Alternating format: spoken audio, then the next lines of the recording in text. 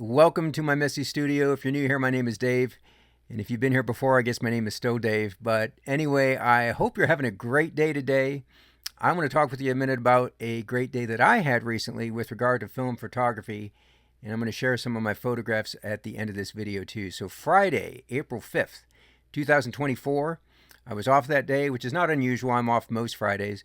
But what was unusual is that this particular day, outside of the normal chores like laundry and dishes, stuff like that, I didn't really have any big, pressing, urgent responsibilities, so I was able to devote almost the entire day to film photography.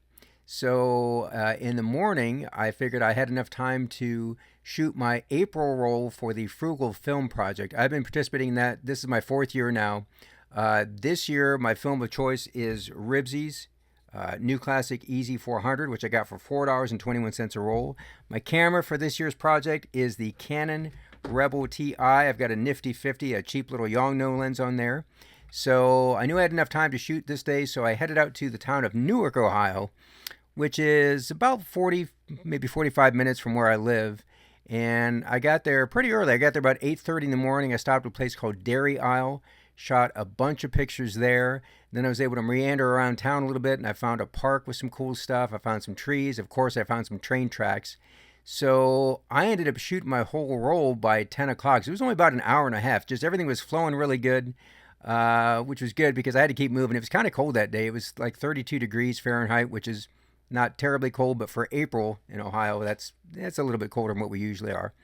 So after I shot my roll, I headed back home, and I was able to actually develop the roll that day with HC110.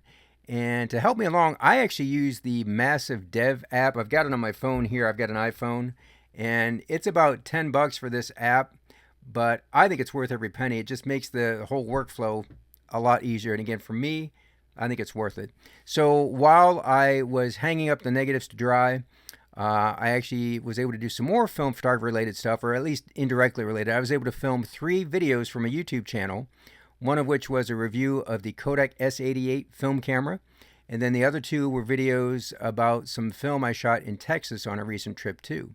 So after everything was dried, later that afternoon, maybe early evening, I was able to cut the negatives and scan them with my Epson V550. Then after a couple of chores later and a couple other things I had to do, then I was able to actually edit the scans too. Now, editing for me doesn't take too long because I don't have the patience for it. So editing for me is mostly just kind of editing out dust spots and things like that. Maybe adjust the contrast a little bit. I did that on a few of the photos too, I believe. And then the other thing I did that day, which is something I hardly ever do, was I actually took some of my favorite photographs and printed them with my HP printer. And, these are not fancy prints. I mean, these are not maybe that archival. They're certainly not Silver Gelsland or anything fancy darkroom prints. But you know what? They still look pretty good. And there's just something about holding the print in your hand that kind of makes it a little bit more real for you. So I was pretty happy with the prints. Then I guess the last thing I did that day was, and this was maybe about 5 minutes till midnight, I was able to post a picture of some of these prints to the Frugal Film Project's Facebook page. So looking back on that day, I can't think of a more complete, more productive, or better day of film photography. And one of the reasons for that is I was pretty happy with my results. And the other thing was, again, there's just something really cool about holding prints of photos that I took that morning. So I hope you have a great day of film photography soon. And I'm going to share with you now some of my favorite photographs from that day in a little montage.